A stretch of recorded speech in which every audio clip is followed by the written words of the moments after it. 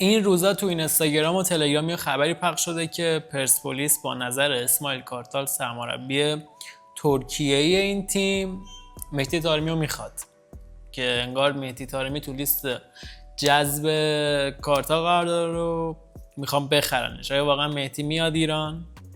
میاد دوباره تو پرسپولیس بازی کنه؟ نمیدونم. میدونم آخر ویدیو میفهمیم که بالاخره میاد یا نه.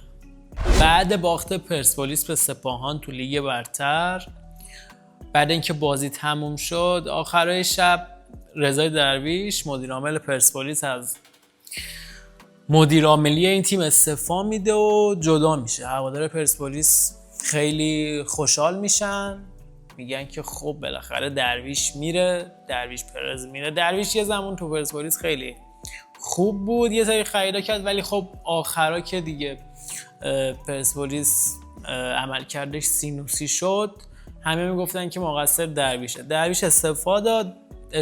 چطوریه داستان؟ میره هیئت مدیره اگه تایید کنه رضا درویش میره، کلا یه سرپرست موقت میاد، بعد چند ماه دوباره مدیر عامل جدید مشخص میشه.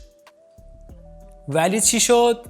گفتن که چون کارتال با درویش صحبت کرده درباره نقل و انتقالات، درباره اینکه چه بازیکنایی میخواد، کیا بمونن، کیا جدا بشن، و با این اوصاف بعد جلسه هیئت مدیره تو بانک شهر قرار بر این شد که درویش بمونه. بعد اینکه گفتن درویش میمونه، یه خبری اومد بیرون که انگار مهدی طارمی تو لیست خرید پرسپولیسه، که حالا یه خبری بود که خیلی چرخید.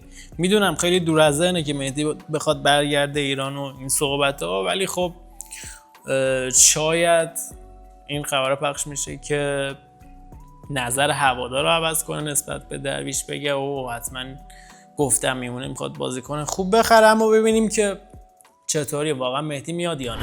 اما وضعیت خود مهدی طارمی الان کجاه؟ طارمی تو اینتر بازی میکنه، سری آ ایتالیا. طارمی با اینتر اگه اشتباه نکنم تو صدر جدول. اینتر الان 71 امتیاز داره، امتیازش با تیم دوم که ناپولی باشه برابره، با تیم سومم آتالانتا 7 امتیاز داره، 7 امتیاز فاصله داره. اینتر تو نیمه نهایی لیگ قهرمانان اروپا هم حضور داره.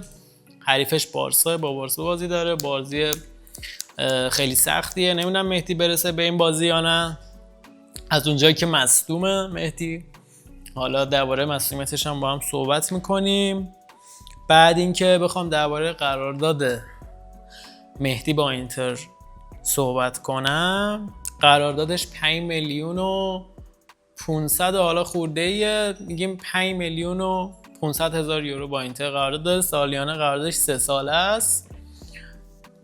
بعد بخوام حالا ایرانی بازی در بیارم قرارداد مهدی رو حساب کنم، 5 میلیون و 500 هزار یورو با یورو 92,000 تومانی الان 92,000 تومانی الان میشه به عبارتی 506 میلیارد سالیانه. بعد اینم بگم، بعد اینکه اینتر با بارسا حریف شد و صعود کردن نیمه نهایی، هر کدوم از بازیکن‌های اینتر 3 میلیون یورو پاداش گرفته، پاداش صعود به نیمه نهایی لیگ قهرمانان اروپا، که حالا اینم حساب کنید دیگه، ضرب در 92 کنید ببینید چقدر گرفتن. بعد درباره وضعیت مهدی هم بخوام بگم، مهدی قبل اینکه بره اینتر پیشنهاد الهلال رو داشت، خیلی می‌خواستن پول خرجش کنن که ببرنش عربستان. از لیگ ترکیه هم پیشنهاد داشت، اگه اشتباه نکنم فنرباغچه و گالاتاسرای میخواستنش، نرفت. حتی حرف از این بود که تو پورتو بمونه تمدید کنه، که بالاخره بعد کلی صحبت و خبر و این میره این ور و اون میره اون ور رفت اینتر. مهدی تو اینتر مثل پورتو نبود، تو اینتر مثل دوران اوجش تو پورتو نبود. چرا؟ مصدوم شد مهدی. چه نوع مصدومیتی؟ مهدی از ناحیه لگن مصدوم شد. مصدومیتش اینطوری بود که مثلا بازی که میکرد یه دفعه لگنش در میرفت، بعد باید میومد بیرون دیگه، خب دوباره جا به نظر نمیتونست بازی کنه، کلا میومد بیرون. حتی تو این اردوی آخر تیم ملی خود اینتر یه فیزیوتراپ فرستاده بود با خود مهدی که از ایتالیا اومدن، به تهران اومد کنار مهدی تو تیم ملی حضور داشت، تمریناشو میدید که مثلا یه تمرین ندن که این مسئولیتش بیشتر بشه. حتی بازی اول تیم ملی هم نرسید، بازی بعدشو بود، یه گل خیلی قشنگ زد.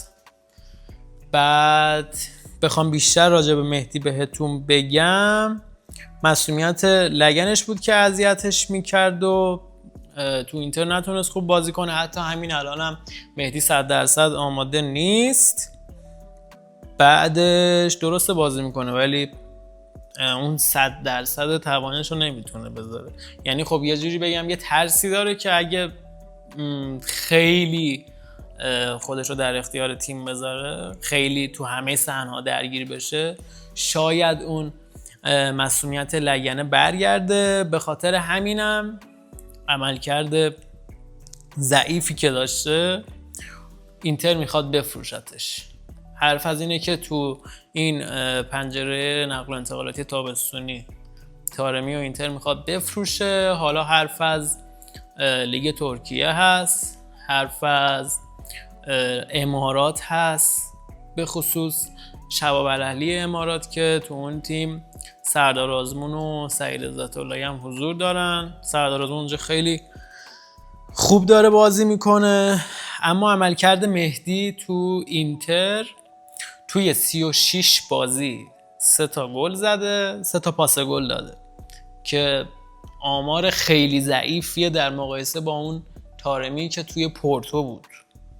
حتی میگم دیگه به خاطر همین ماجرا اینتر میخواد بفروشتش. بعد این صحبت هم که میخواد بیاد پرسپولیس و تو لیست کارتال من بعید میدونم بخواد بیاد.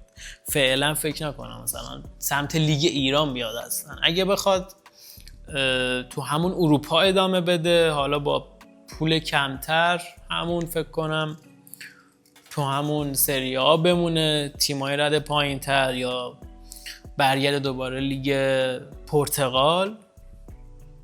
ولی اگه بخوایم بحث مالیشو در نظر بگیریم که شاید بخواد بیاد که بیشتر پول در بیاره یا حداقل اون به درآمدش تو اینتر نزدیک باشه، بحث کشورهای عربی علل خصوص گفتم دیگه، امارات و شباب الاهلی که سردار آزمون هم اونجاست و سعید عزت‌اللهی که بخواد بیاد با اونا هم تیمی بشه، یعنی بشه زوج خط حمله شباب الاهلی، سردار آزمون و طارمی، یه جورایی مثل تیم ملی خودمون. ولی بعیده دیگه، ایران بعیده بیاد.